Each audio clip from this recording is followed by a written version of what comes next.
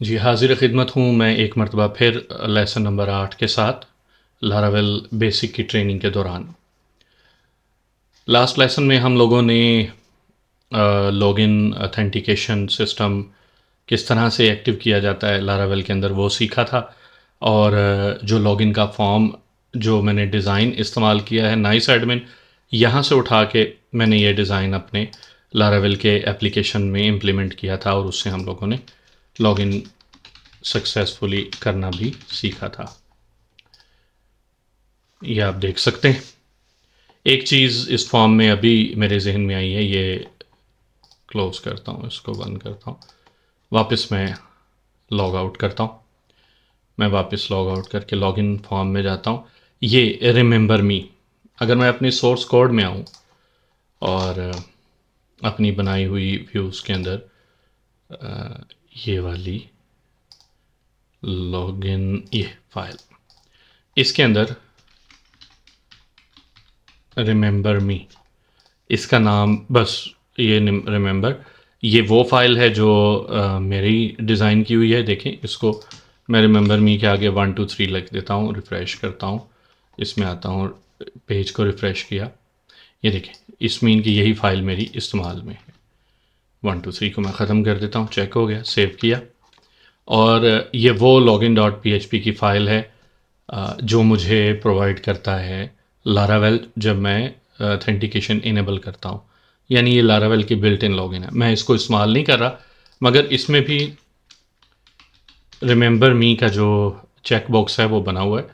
आपको सिर्फ इतना करना है कि इस रिमेंबर मी में जो उन्होंने अपने चेक बॉक्स को जो नेम दिया है, आपने बस एग्जैक्ट वही नेम यानी रिमेंबर, वही आपने अपनी फ़ाइल में भी देना है और वो रिमेंबर ही दिया हुआ है, उसका नाम भी ये नेम। सो आपको कुछ करने की ज़रूरत नहीं, ये काम करेगा आपके उसमें फॉर्म में रिमेंबर मी। इसका फ़ायदा ये है कि ये मैं रिमेंबर मी रख के जब लॉगिन करूँगा तो मैं चाहे कंप्यूटर शट डाउन कर दूँ, ब्राउज़र बंद कर दूँ, मैं जब दोबारा आऊँगा तो ये ऑटोमेटिकली लॉग्ड इन रहेगा, क्योंकि मैंने रिमेंबर मी कर दिया है तो मैं हमेशा इसके अंदर लॉग्ड इन रहूँगा। ये फ़ायदा होता है सिर्फ इसका। अच्छा, मैं वापस होम पेज पे आता हूँ, ये नाइस एडमिन का लोगो लगा हुआ है, मैं इस पर क्लिक करता हूँ तो ये index dot H T M L पे चला जाता है। मैं चाहता हूँ मैं सोर्स कोड में आता हूँ, इसके अंदर जहाँ जहाँ मेरे index dot H T M L है वहाँ पर मैं अपना लॉगिन लगाऊंगा, राउट होम। मेरा ख्याल है मैंने होम वेब में आके देखें, जो होम पेज है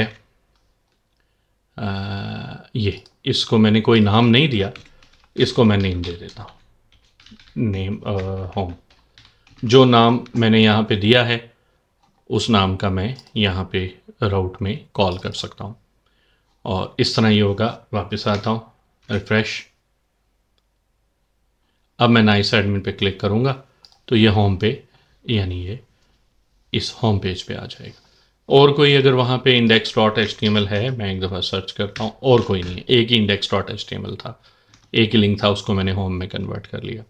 अब मेरा नेक्स्ट टारगेट है कि ये जो रजिस्टर का फॉर्म है, मैं रजिस्टर पे क्लिक करता हूँ तो इस वक्त ये जो बिल्ट इन लारावेल का फॉर्म है वो इस्तेमाल में, मैं इस फाइल को ओपन करता हूँ, वो फाइल आपको मिलेगी, व्यूज़ के फ़ोल्डर में आएँ, ऑथ के फ़ोल्डर में आएँ और ये register dot blade dot P H P. मैं बाकी की फ़ाइलें फ़िलहाल बंद करता हूँ लॉगिन की।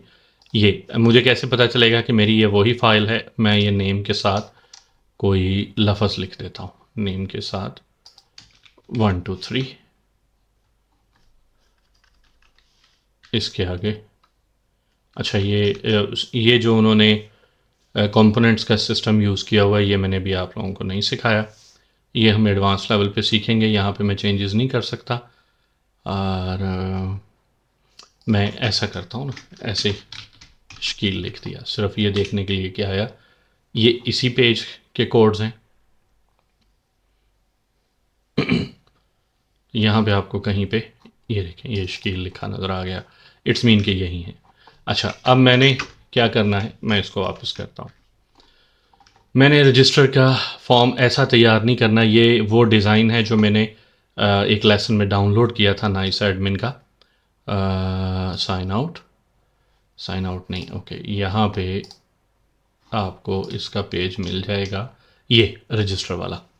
ये कोड्स मुझे चाहिए हैं वहाँ पे। मैं इसके सोर्स कोड लेता हूँ, view page source, select all, copy, ये किया, बंद। सोर्स कोड में आके ऑथ से बाहर मैंने जैसे ये एक लॉगिन डॉट पी, इसी तरह मैं एक फ़ाइल और बना लेता हूँ, रजिस्टर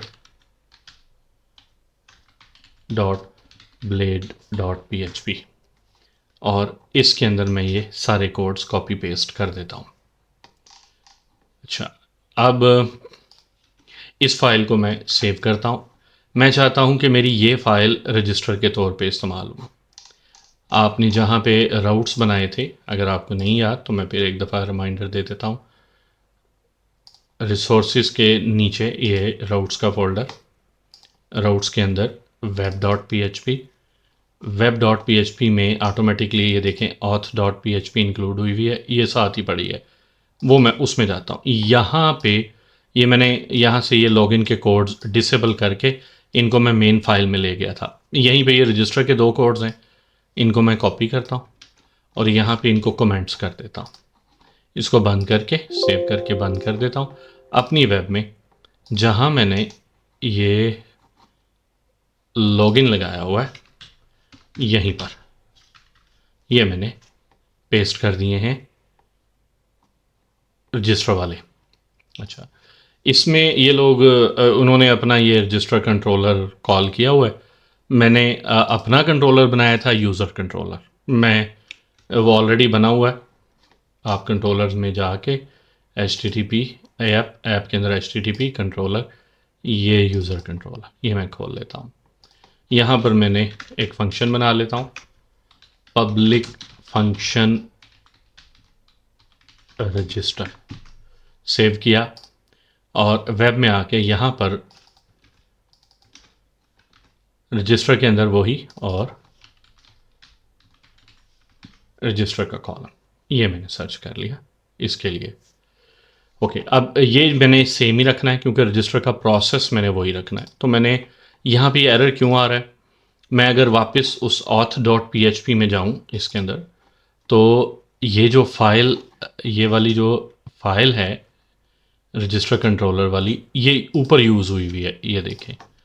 इसको मैं कॉपी करके अपनी वेब के अंदर ले आता हूँ और यहाँ पेस्ट कर देता हूँ, सेव। अब ये एरर आना इसमें बंद हो जाएगा, ये देखिए। तो मेरा अब ये रजिस्टर वाला प्रोसेस है, ये एज इट इज़ काम करेगा, मगर जो रजिस्टर का पेज है वो मैंने अपनी मर्ज़ी का लिखा है। अच्छा, अब जो मैंने ये यूज़र कंट्रोलर के अंदर ये बनाया है, इसको मैं कहता हूँ रिटर्न व्यू रजिस्टर, सेव। अब मैं जाके देखता हूँ कि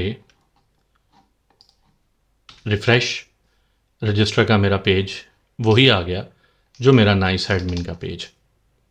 अब इसके अंदर मैंने इस फॉर्म को योर नेम, ईमेल और यूज़र नेम और पासवर्ड, यही चीज़ें गालिबन पहले वाले में भी थी, जाके देखते हैं। हाँ जी, इसमें नेम है, इसका नाम नेम रखा है। मैं इस वाले रजिस्टर पेज में आता हूँ, इसको बंद कर देते हैं। ये वाला रजिस्टर पेज वो है जो कि मैं बना रहा हूँ।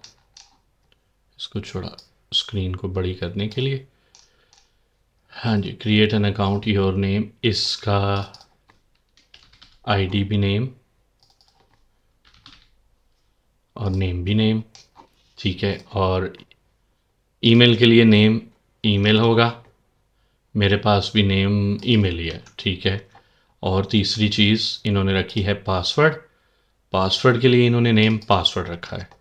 मेरे पास जो नीचे पासवर्ड है ये यूज़र नेम, मुझे यूज़र नेम नहीं चाहिए।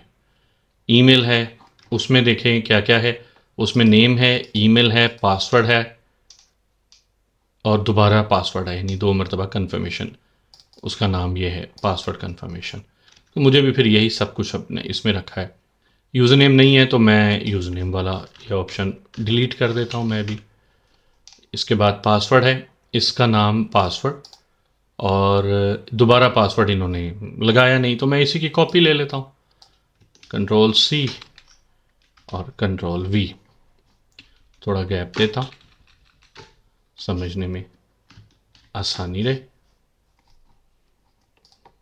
ओके, वहाँ से मैं नेम उठा के ले आता हूँ, ये वाला कॉपी, सेम चीज़, और नेम, पासवर्ड कंफर्मेशन, आईडी भी यही रख देते हैं जी। लें जी, प्लीज़ एंटर योर, मैं यहाँ पे मैसेज चेंज कर देता हूँ, कंफर्म पासवर्ड, ये कर लेता हूँ, रिफ्रेश,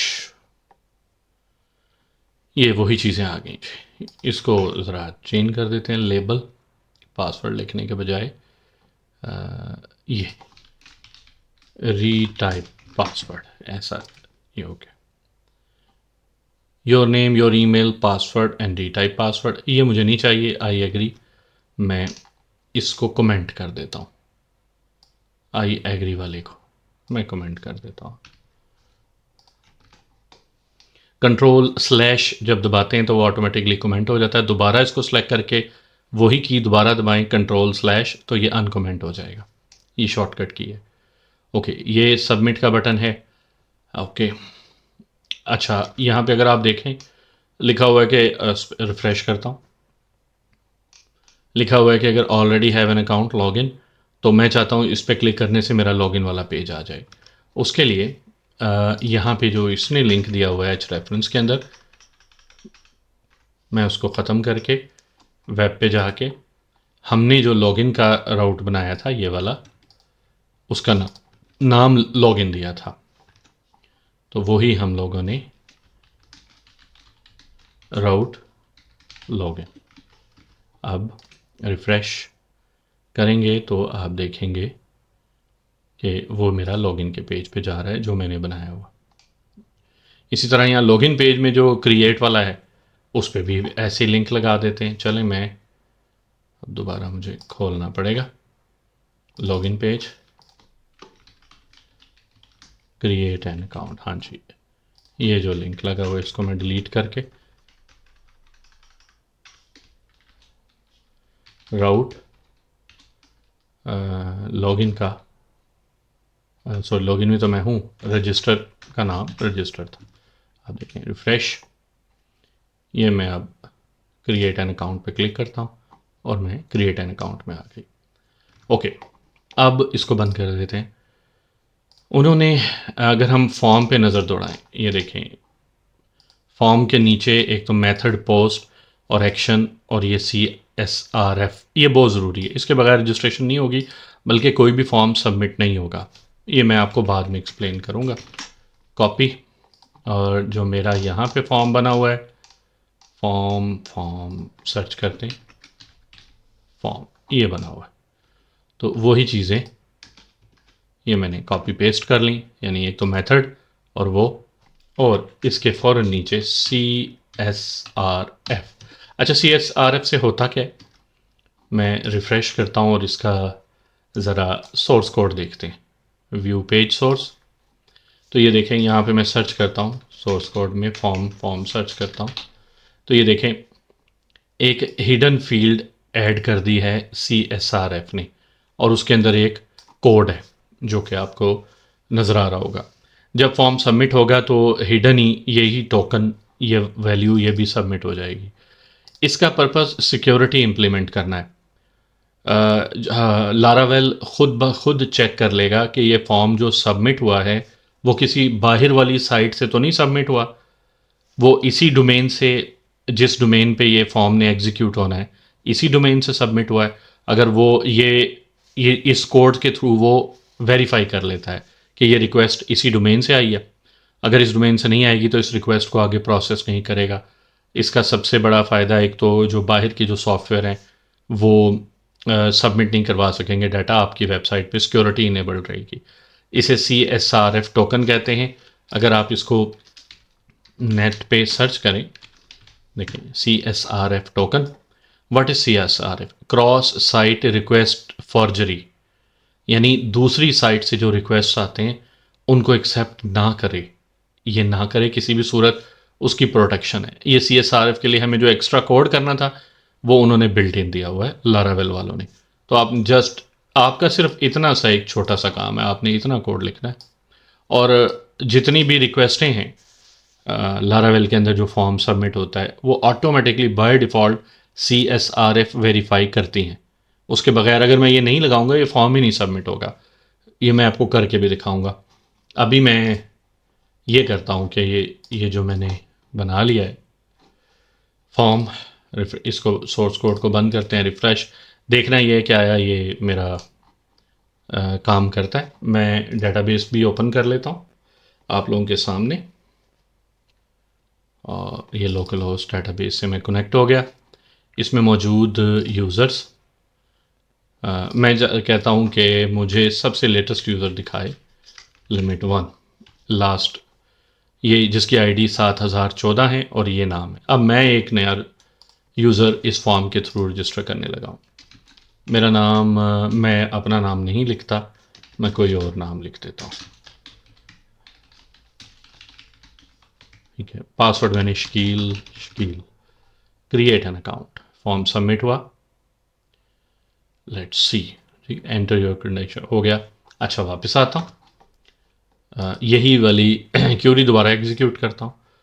फॉर्म सबमिट नहीं हुआ, it's mean there is something wrong, error आ रहा है। अब वो उस एरर को हैंडल करने के लिए, वो एरर क्या आ रहा है मुझे पता ही नहीं चला। लास्ट वाले इसके अंदर इन्होंने ये एरर हैंडलिंग की कोड, मैं चाह रहा था कि आपको नेक्स्ट लेसन में या इसके बाद के स्टेप में एरर हैंडलिंग फॉर्म की जो होती है वो सिखाऊं।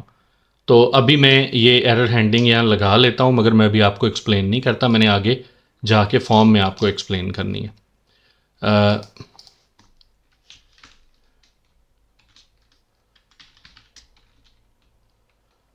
मैं इधर लगा लेता हूँ।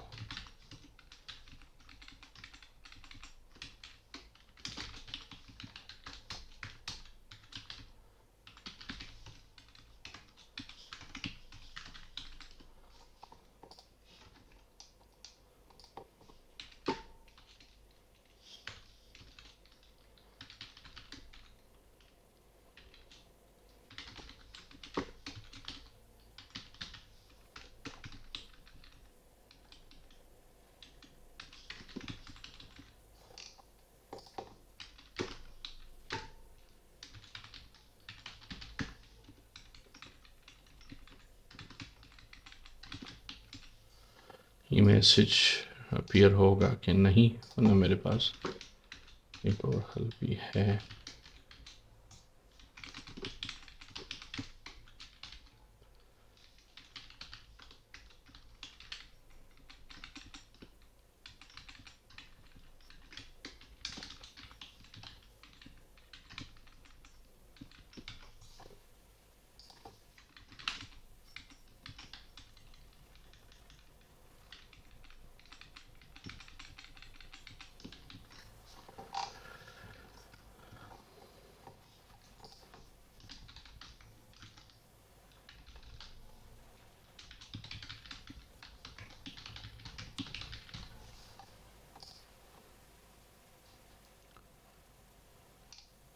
मैसेज अपीयर नहीं हुआ, एक मिनट।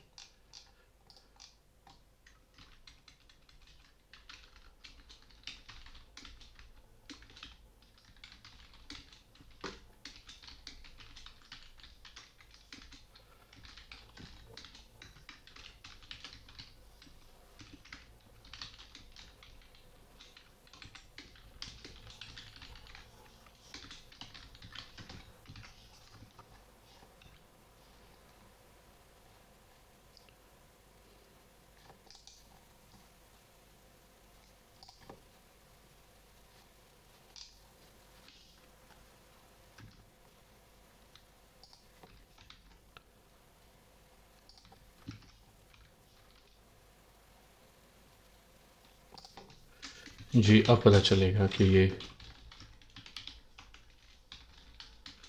क्या एरर आ रहा है।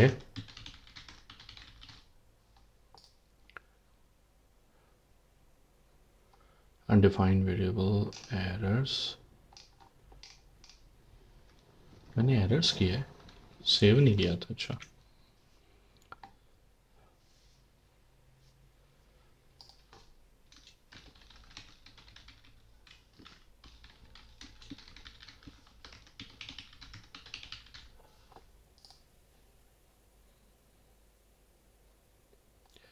The password field must be at least 8 characters. Okay, ये इशू है जी, इस वजह से यूज़र रजिस्टर नहीं हो रहा।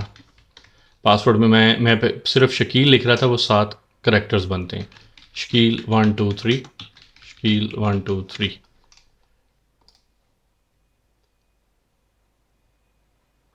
एरर अब डेटाबेस में सेव करते वक्त आ रहा है, is admin doesn't have a default value. जी मैं ज़रा डेटाबेस के स्ट्रक्चर में आता हूँ। यूज़र्स के टेबल का आप स्ट्रक्चर देखें तो मैंने एक फ़ील्ड ऐड की थी, इज़ एडमिन। अच्छा, इसमें मैंने ये अलाउ नलेबल वाली जो ऑप्शन है वो डिसेबल रखी हुई है। या तो मैं इसको अलाउ नलेबल कर दूं और इसकी डिफ़ॉल्ट वैल्यू को 0 सेट कर दूं। सेव। अब वापस आते हैं, रिफ्रेश।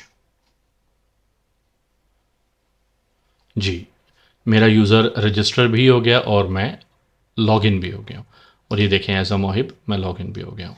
मैं डेटाबेस के स्ट्रक्चर में आऊँ, क्यूरी दोबारा एग्जीक्यूट करूँ, तो ये देखें मेरा लास्ट लॉगिन ये है।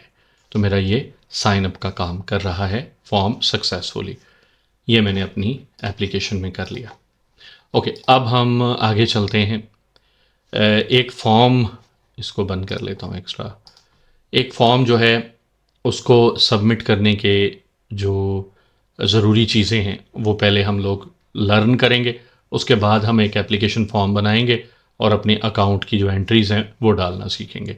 मगर उससे पहले हमें फॉर्म को समझना बेहद ज़रूरी है। इसके लिए मैं एक नया राउट बनाता हूँ web.php में, और उसको मैं ये जो मैंने मिडल वेयर ऑथ बनाया है उसके अंदर बैठते हुए बनाता हूँ, ताकि सिर्फ लॉग्ड इन यूज़र ही उस फॉर्म को ओपन कर सके, एक्सेस कर सके, और कोई नहीं। इसके लिए मैं राउट लिखता हूँ गेट मेथड, और उसका पास हो form1.html। ठीक है। अच्छा, मैंने अब क्या करना है कि एक नया कंट्रोलर बनाना है, फॉर्म कंट्रोलर, जिसमें मैंने ये फॉर्म की एंट्रीज़ वगैरह डालनी है। मैं किसी और कंट्रोलर को छेड़ना नहीं चाह रहा। तो पहले मैं इसे कंट्रोल सी करके सर्व को स्टॉप करता हूँ। PHP artisan make controller form controller, enter, और वापस मैं चला देता हूँ। आप कोड्स में अगर मैं कंट्रोलर के फोल्डर में आऊँ तो ये देखें फॉर्म कंट्रोलर का इजाफा हो गया। यहाँ पर मैं पब्लिक फंक्शन form1 का एक नया मेथड का इजाफा कर देता हूँ। अब मैं वेब में जहाँ मैं ये राउट लिख रहा था इसके अंदर फॉर्म कंट्रोलर क्लास और form1 के नाम का मेथड ये मैंने लिखा है।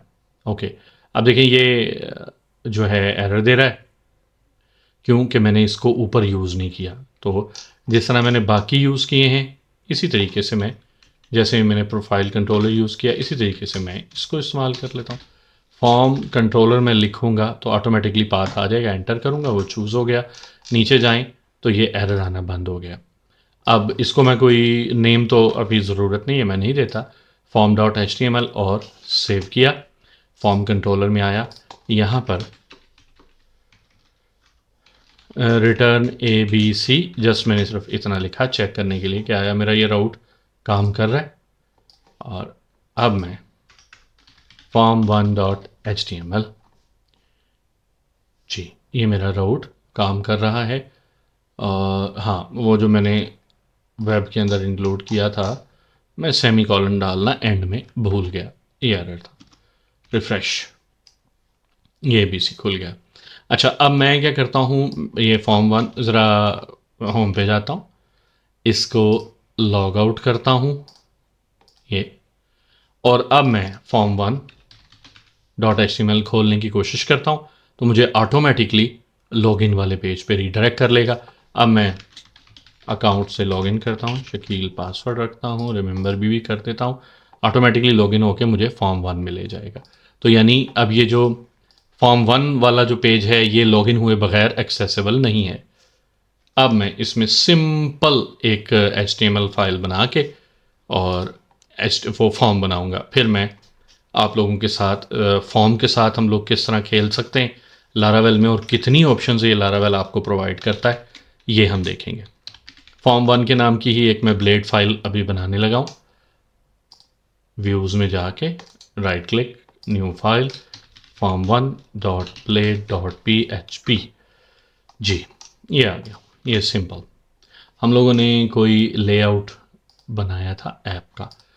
जी, इसके अंदर एक stands layout dot app, refresh. ये एरर कहाँ आ गया? फॉर्म 1 के अंदर स्लॉट मेन कंटेंट। हाँ जी, मैंने इसको इस वाले लेआउट को इस्तेमाल नहीं करना।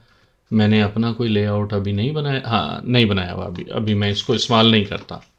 मैं अभी सिंपल एक HTML का पेज बना लेता हूँ।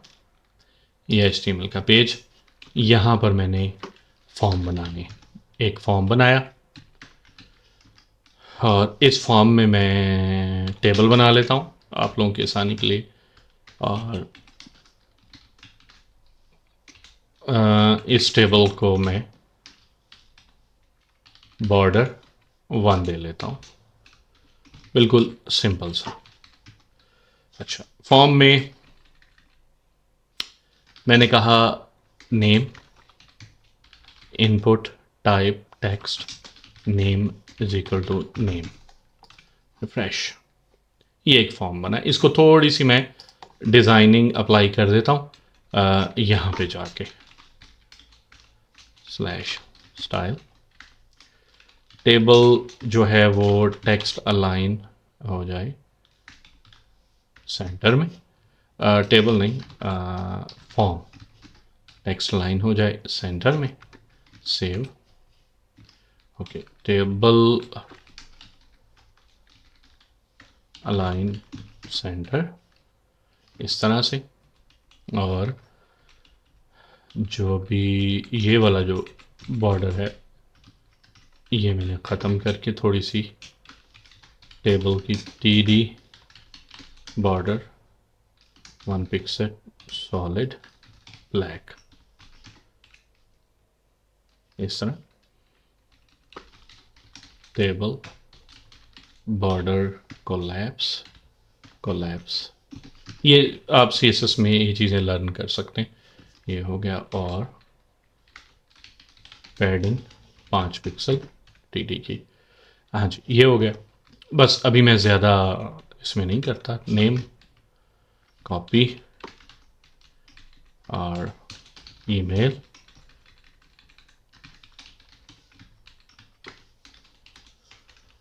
और तीसरी चीज़ कंट्री में मैं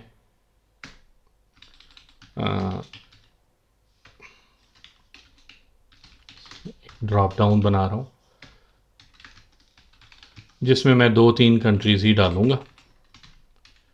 नंबर 1 अपना Pakistan, number 2 Iran, number 3 Saudi Arabia, number 4 Bangladesh. ये कुछ इंपॉर्टेंट से मैंने कंट्रीज डालें। रिफ्रेश, ये फॉर्म आ गया। ओके, इनको मैं नेम देता हूँ। नेम, इसका नेम है, इसका नेम ईमेल है, इसको मैंने नेम दिया कंट्री। ठीक है। ओके, फॉर्म का मेथड पोस्ट, और ये फॉर्म कहाँ सबमिट हो? वेब पे मुझे एक और रूट बनाना है इस फॉर्म की सबमिशन रिसीव करने के लिए। इसी की कॉपी लूँ, पोस्ट मेथड,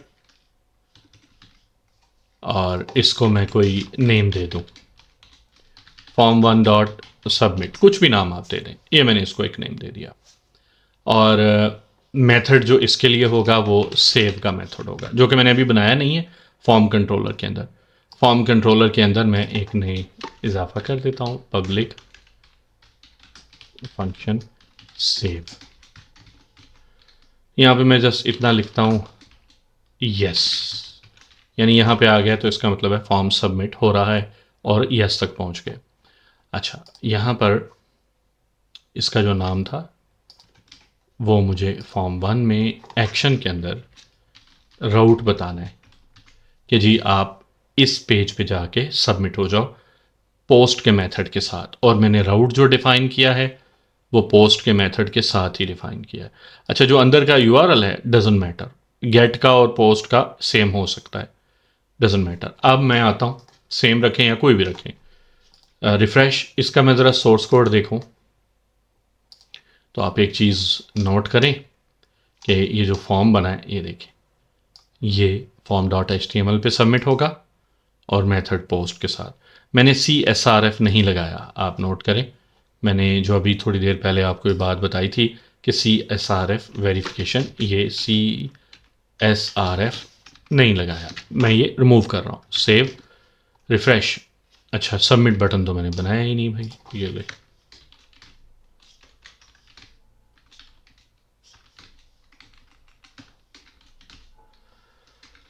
बटन, सेव,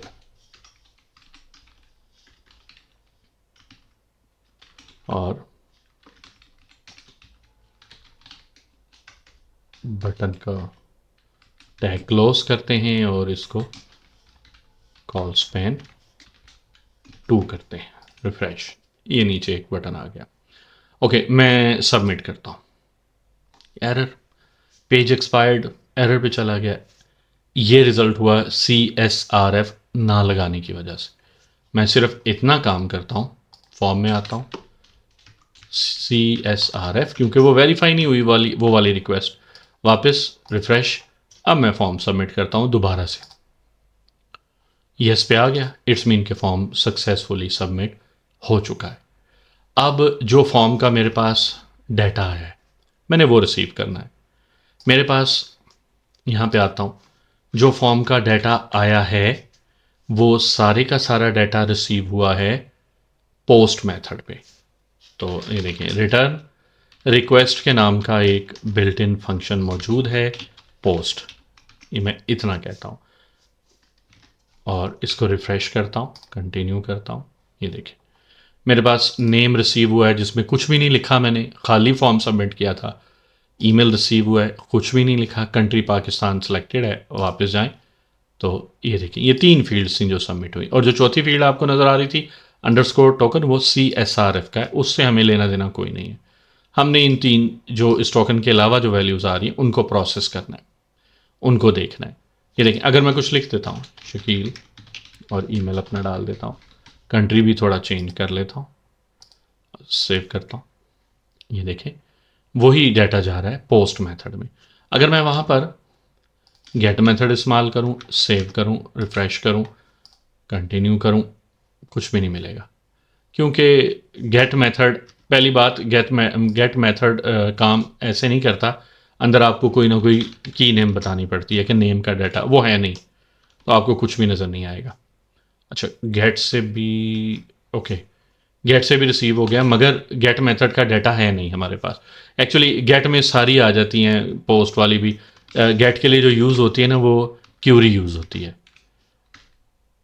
जो स्पेसिफिकली ये, यानी मैं क्यूरी कुछ नहीं डालता, और ये देखें क्यूरी में खाली है। क्यूरी मीन वो जो ऊपर यूआरएल के साथ क्वेश्चन मार्क लगा के जो आगे डाटा सबमिट किया जाता है उसे क्यूरी स्ट्रिंग बोला जाता है। तो क्यूरी स्ट्रिंग में है ही कुछ नहीं, इसलिए वो नहीं आया।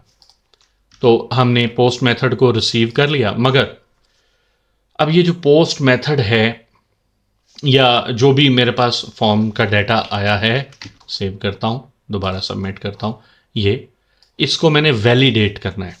वैलिडेट से मुराद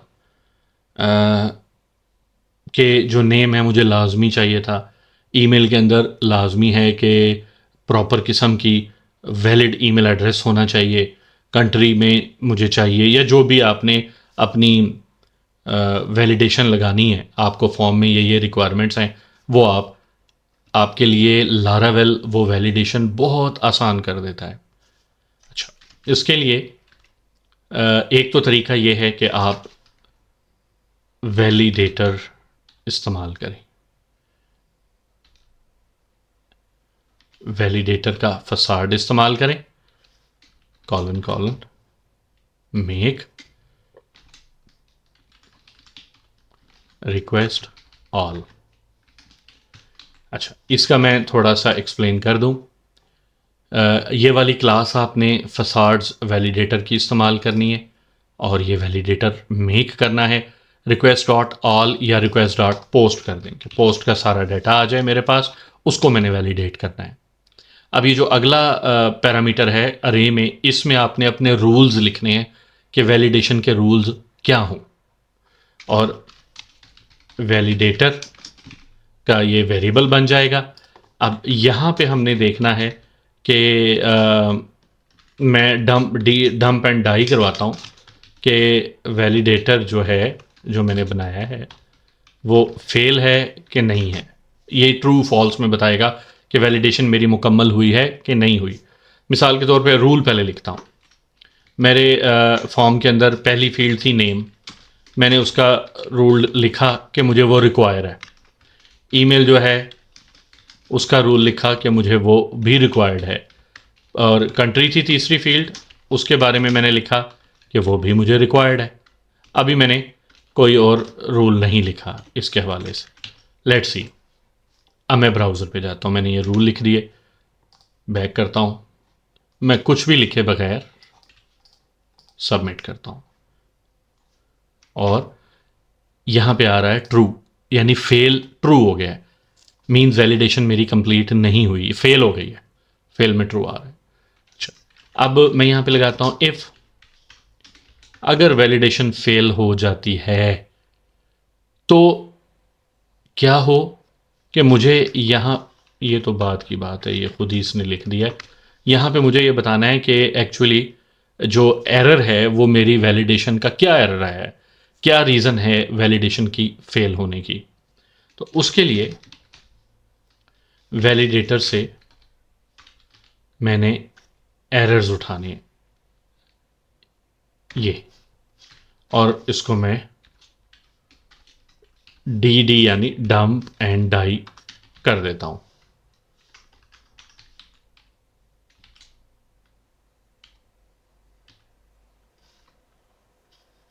और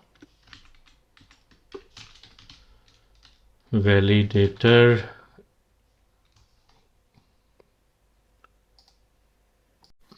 जी, इसके अंदर वैलिडेटर एरर्स फर्स्ट, यानी अगर मैं फर्स्ट नहीं लगाऊंगा तो क्या होगा, ये जो फॉर्म सबमिट हुआ है इसके जितने भी एरर्स हैं वो मुझे ज़रा शो करवाए, किस सूरत में अगर वैलिडेटर फेल हो जाता है। मैं ब्राउज़र में आता हूँ और रिफ़्रेश करता हूँ, तो ये देखें मैसेजेस में नेम का मैसेज आया था, name failed is required. Email का मैसेज आया था, ईमेल फेल्ड इज़ रिक्वायर्ड। दो, अगर मैं वहाँ पे इस तरह से लिख लेता फर्स्ट, तो जो मेरा पहला मैसेज था एरर का वो सिर्फ मुझे वो ही शो होता। ये देखें कि नेम फील्ड इज़ रिक्वायर्ड, अगर वो नेम लिखी होती तो वो फिर अगला जो मैसेज था ईमेल का वो होता। अच्छा, मैं वापस जाता हूँ, मैं ये काम करता हूँ कि ये ख़त्म कर देता हूँ, नेम ठीक ठाक लिख लेता हूँ। अब नेम ओके है, उसने कहा जी ईमेल फील्ड इज़ रिक्वायर्ड। मैं वापस जाता हूँ, ईमेल भी मैं लिख लेता हूँ मगर मैं वैलिड ईमेल नहीं डालता। तो इसकी ये चेक मैंने अभी लगाया ही नहीं है रूल्स के अंदर, तो देखें कोई एरर नहीं आएगा क्योंकि कंट्री भी सिलेक्टेड है, कोई एरर नहीं आया। मैं चाहता हूँ कि ईमेल की वैलिडेशन भी मेरे इन कोड्स का हिस्सा बने, तो ये रूल्स के अंदर जहाँ मैंने ईमेल की रिक्वायर्ड की सिर्फ लगाई है, पाइप साइन डाल के जो शिफ्ट बैक स्लैश से डलता है, मैं कहता हूँ ईमेल। कौन कौन से रूल्स हैं, जैसे ही आप पाइप साइन डालेंगे ना तो एक लंबी लिस्ट आ जाएगी कि ये रूल्स होते हैं, काफ़ी कुछ है इसके अंदर। मैंने कहा ईमेल।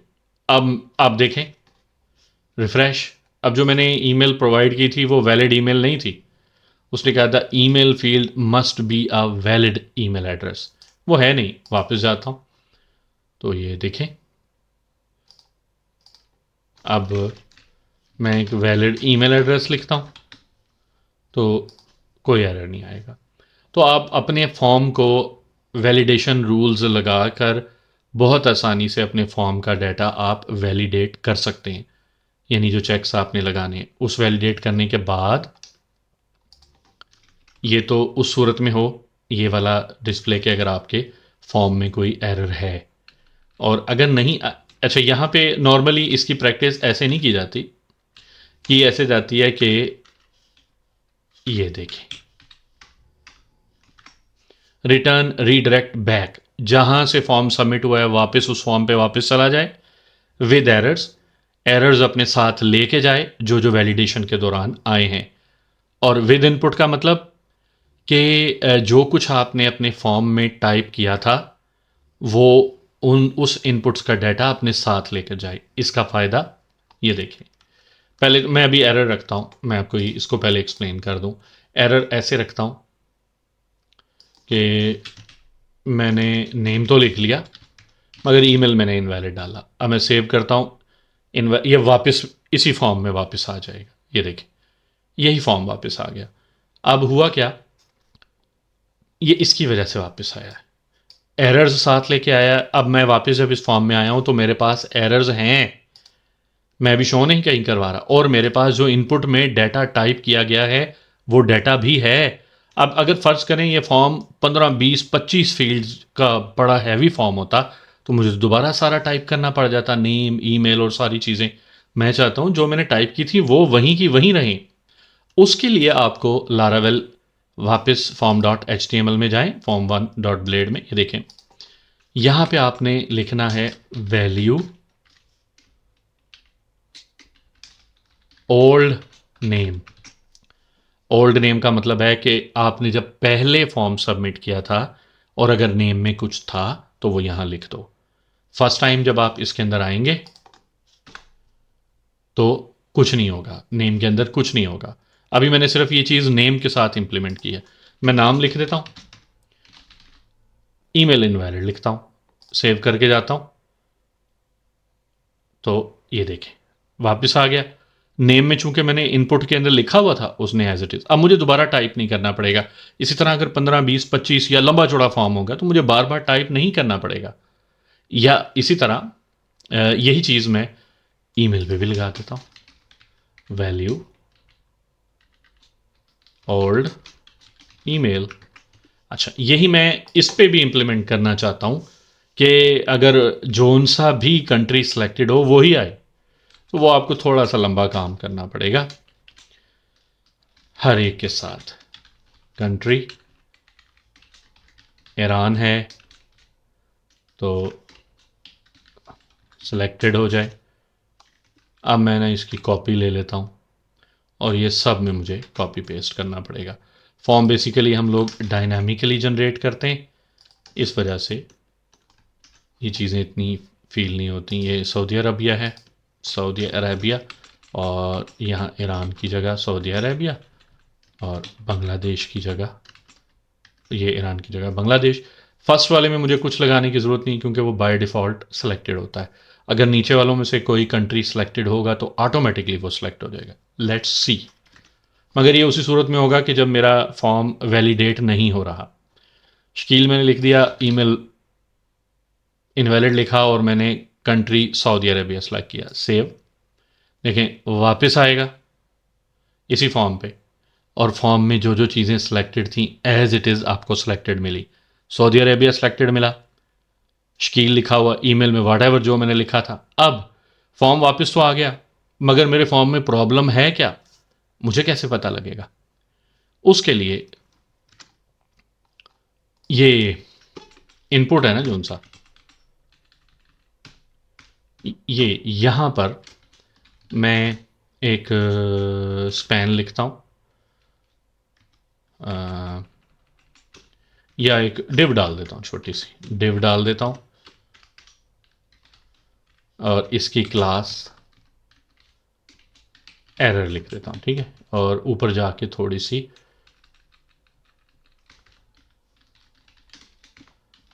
कलर रेड, बस इतना कर देता हूँ। इसके अंदर मैं कुछ भी लिखता हूँ जस्ट आपको दिखाने के लिए। ये देखिए, ये ऐसे इस तरीके से शो होगी ये। अब ये सिर्फ उस सूरत में शो हो अगर मेरे नेम में कोई मसला हो। हर एक की फील्ड के साथ मैं इस तरह एरर डिव की एरर लगा दूंगा। बट ये इसको लारावेल इतना आसान करता है, चूंकि आप अगर वापस जाएं कोड्स के अंदर फॉर्म कंट्रोलर, तो मैंने ये कहा विद एरर्स वैलिडेटर के अंदर जो जो एरर है वो सारे साथ लेके आओ। अब इतना आसान हो जाता है। ये आपने कहा एरर नेम और इसको एंड एरर करें, और जो भी इसमें मसला हो वो मैसेज मुझे यहाँ पे शो कर दें। अब देखें, ये वाली डिव एरर उसी सूरत में शो होगी अगर मेरी नेम की फील्ड में कोई प्रॉब्लम होगी। इसी को आप कॉपी करें, इस टीडी में ही इससे पहले लगा दें, मगर यहाँ पे ईमेल डालना ना भूलें क्योंकि ये ईमेल का एरर यहाँ पे शो हो। इसी तरह कंट्री की बात करते हैं।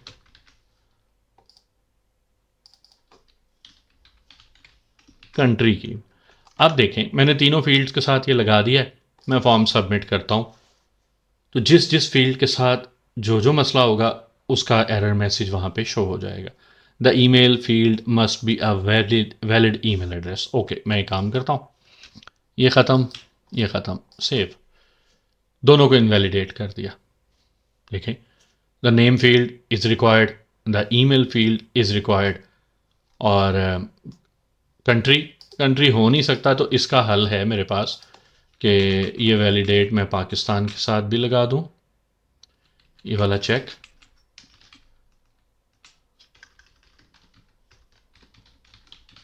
और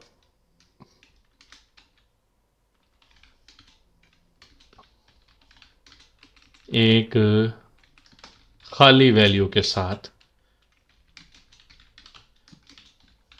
सेलेक्ट कंट्री। अब फ़ायदा ये होगा, इसको मैं ज़रा दोबारा से ओपन करता हूँ कि देखें सेलेक्ट। अब मैं कुछ भी सेलेक्ट नहीं करता, मींस के तीनों फील्ड में इशू है, तीनों वैलिडेट नहीं हुई। कंट्री फील्ड इज़ रिक्वायर्ड, मैं ये सिलेक्ट कर लेता हूँ, ऊपर की नहीं करता। इसका एरर ख़त्म हो गया, ऊपर की दो फील्ड्स का एरर ख़त्म नहीं हुआ। इस तरह आप अपने फॉर्म को वैलिडेट कर सकते हैं, उसमें प्रॉपर जो एरर मैसेज है वो शो करवा सकते हैं। अच्छा, ये एरर मैसेज आप अपनी मर्ज़ी से बदल भी सकते हैं, फिर आप अपनी मर्ज़ी के नए नए रूल्स भी बना सकते हैं। सारा कुछ हो सकता है जो कि हम एडवांस लेवल में पढ़ेंगे।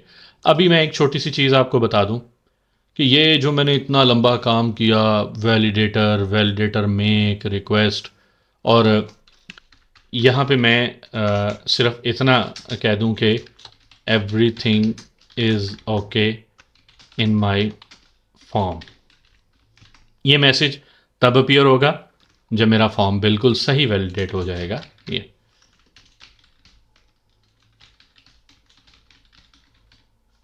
देखिए, everything is okay in my form, यानी कि जो मेरे फॉर्म की रिक्वायरमेंट मैंने वैलिडेटर के थ्रू डिफ़ाइन की थी वो सब पूरी हो गई हैं, कोई वैलिडेशन एरर नहीं है।